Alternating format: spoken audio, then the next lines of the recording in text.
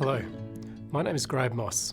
I'm the Principal Building Surveyor for the Australian Building Codes Board, and this video is an update on NCC 2022 Volume 1, Section F, Health and Amenity. I'll get into the technical changes in Section F shortly, but first I want to show you the structural changes or the changing to the referencing system. What we've done for 2022 is we've taken what was F1 in 2019 and broken that into three parts. Now F1 today in NCC 2019 is not a very long part. It's about 9 pages in my hard copy BCA. But it's grown in 2022. We've got some additional deemed to satisfy provisions. And what's more, we're doing some work at the moment and we plan to put more provisions in NCC 2025, the next scheduled edition of the NCC. So it made sense for NCC 2022 to split Part F1 into 3 different parts. So Part F1, the new Part F1, is surface water management, rising damp and external waterproofing, water outside the building. Part F2 is wet areas and overflow protection, water inside the building. And Part F3 is roof and wall cladding. So as a result of splitting Part F1 from 2019 into 3 parts for 2022, Section F in 2022 has changed structure quite significantly. What was 6 parts is now 8. So to the technical changes, F1D4 is the first one I'll talk about today. It's a new clause that recognises that construction joints are where leaks tend to happen. So under the deemed to satisfy provisions for NCC 2022, your construction joints, your control joints, expansion joints, key joints, in fact any type of joint that is a part of a roof or a balcony or something like that that needs to be waterproofed in accordance with AS 4654.2, that's a standard already referenced by the NCC. If these joints are part of a roof, balcony or something like that that needs to be waterproofed, then that joint needs to be waterproofed in accordance with 4654.2, that is, it needs to be protected. Now note subclause B in F1D4 here. Our analysis showed us that there are enough situations where control joints have been installed under fish ponds, under green roofs, under planter boxes and things like that, which are consistently wet. There's enough control joints in those scenarios to make it necessary to include that subclause, which is saying don't put those control joints there because that's where a failure is going to occur. Now I need to clarify a few things about F1D4 exposed joints to help you use it in NCC 2022. The first thing I want to clarify is this term here, drainage surface. So what is a drainage surface? Well, put simply, it's what the rain falls on. F1D4 is about surfaces exposed to weather, so think flat roofs, podiums, rooftop courtyards, things like that. So the rain falls on these surfaces and that rain has to drain somewhere. So of course that makes it a drainage surface. So when we're talking about drainage surfaces, of course we're talking about things that the rain falls on and therefore needs to drain away. The next thing I want to clarify in F1D4 here is in this notes box, we talk about an exposed joint which is directly below the drainage surface. Now this is a notes box which is normative. It's not information, it's explanatory, it's not commentary. It's actually a part of the provision and sets out something that needs to be complied with. What this notes box is saying is that an exposed joint which is directly below the drainage surface is one which needs to be protected also. So what sort of scenario is that? What are we getting at when we're talking about an exposed joint directly below the drainage surface? Let me explain using this example. So consider this concrete slab. We'll consider it a podium, and so the rain is falling on this podium, and so of course the top of this concrete slab becomes a drainage surface. And so you might be thinking, okay, I've got a control joint in this drainage surface, therefore F1D4 is telling me I need to provide protection in accordance with AS 4654.2. However, someone might think, here's an idea.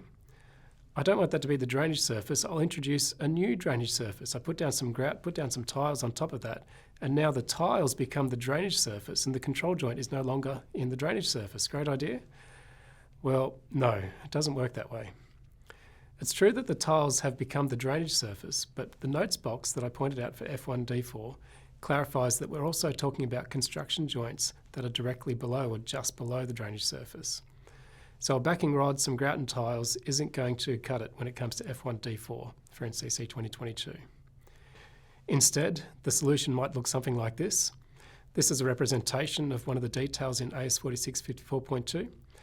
As you can see, we've got a membrane which is bonded to the slab either side of the control joint. We've also got a tape over the backing rod so as to allow movement, and then another membrane goes over the top of the tape and bonds to the membranes either side, and then the grout and tiles can go down. Just one last thing on F1D4 exposed joints. You may have noticed that among other things this provision applies to joints in roofs, and you may be thinking, well, what about a metal roof or a tiled roof or a conventional sort of roof that's not a concrete slab? Do I have to go and treat those joints as well? Well, the answer is no, of course, and that's taken care of by Part F1's application clause, which is here on the screen, F1D2. Now, F1D2 is setting out that F1D4, the joint clause, does not apply to a roof covering that complies with F3D2 A to D, which I have listed there, the conventional types of roofs. Note also, application of part, that F1D5, a provision I'll show you shortly, does not apply to a roof with a covering complying F3D2, so a conventionally covered roof. And also it doesn't apply to a perforated surface or a surface which is directly above ground. What's F1D5? Well, I'm glad you asked. That's the next change I want to show you, and that's external weatherproofing membranes, external waterproofing membranes.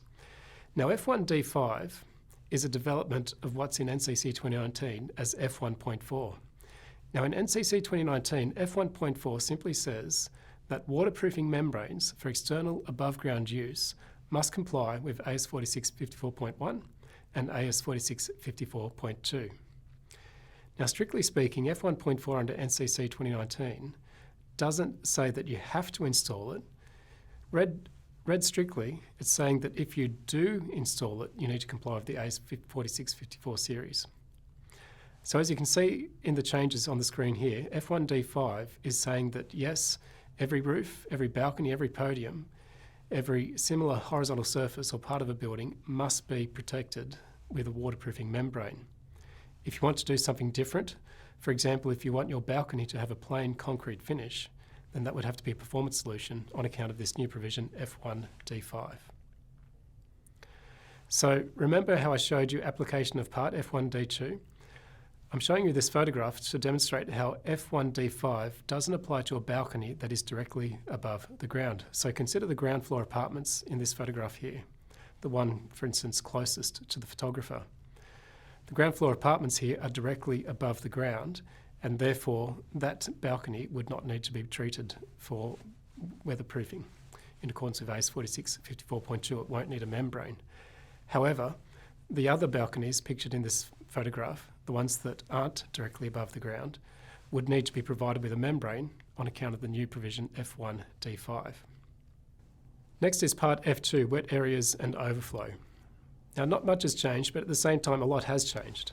What do I mean by that? Well, not much has changed. There hasn't been many technical changes. I will show you the technical changes in a moment. But at the same time, a lot of the old requirements are presented in a new way, especially table F1.7, part of which I have shown on this slide here.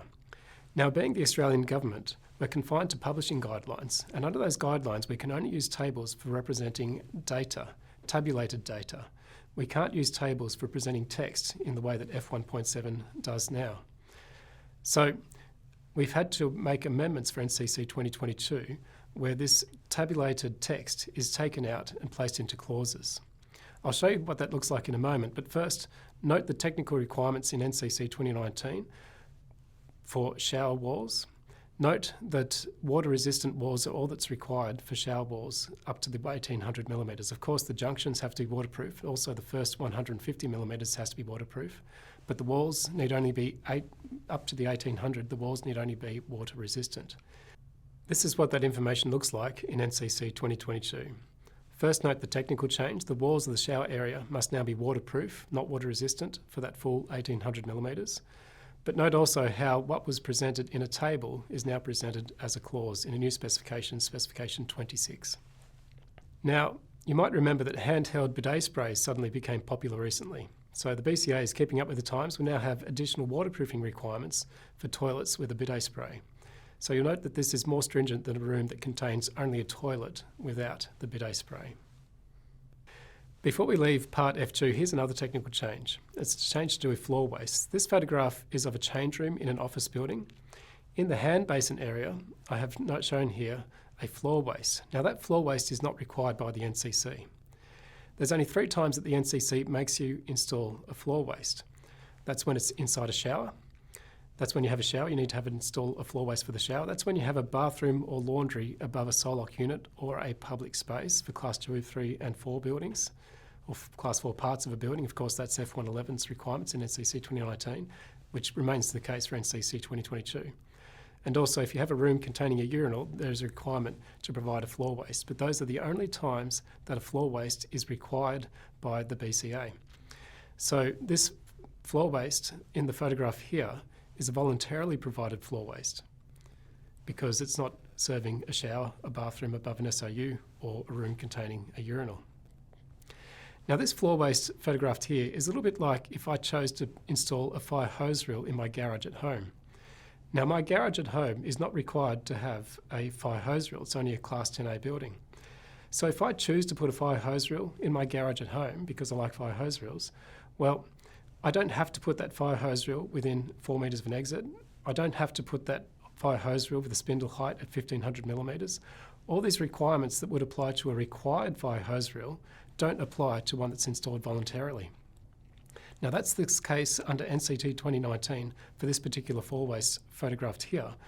Because that floor waste is installed voluntarily, there is no need to grade the floor to that floor waste.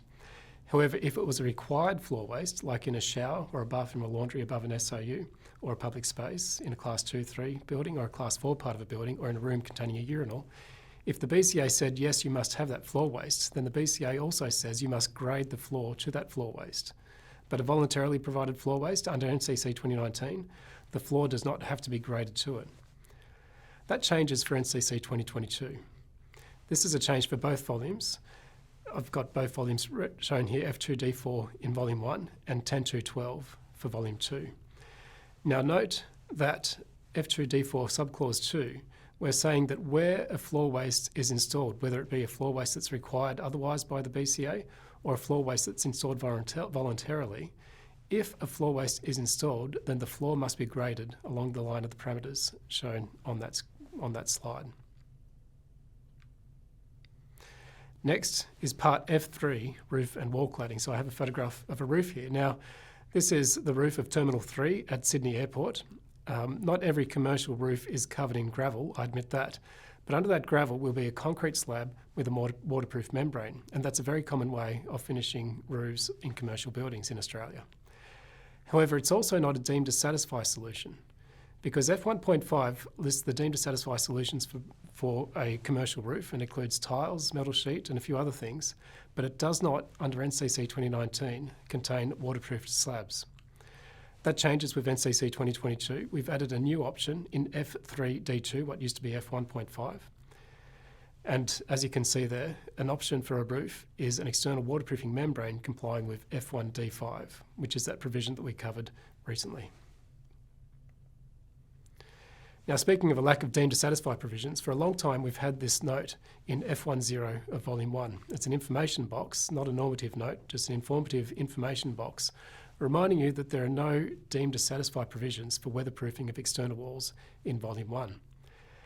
Now, I'm glad to say that this box is deleted in NCC 2022, and that's because in NCC 2022 we now have deemed to satisfy provisions for wall cladding. You can use masonry to 3700, autoclaved aerated concrete to 5146.3, or metal wall cladding to AS 1562.1. We've included those standards because each of those have provisions covering the weatherproofing of external walls, and so they can be called up for the purposes of demonstrating weatherproofing compliance with relevant performance requirements. Now, this might seem restrictive. Commercial buildings are clad in more ways than just these 3 ways.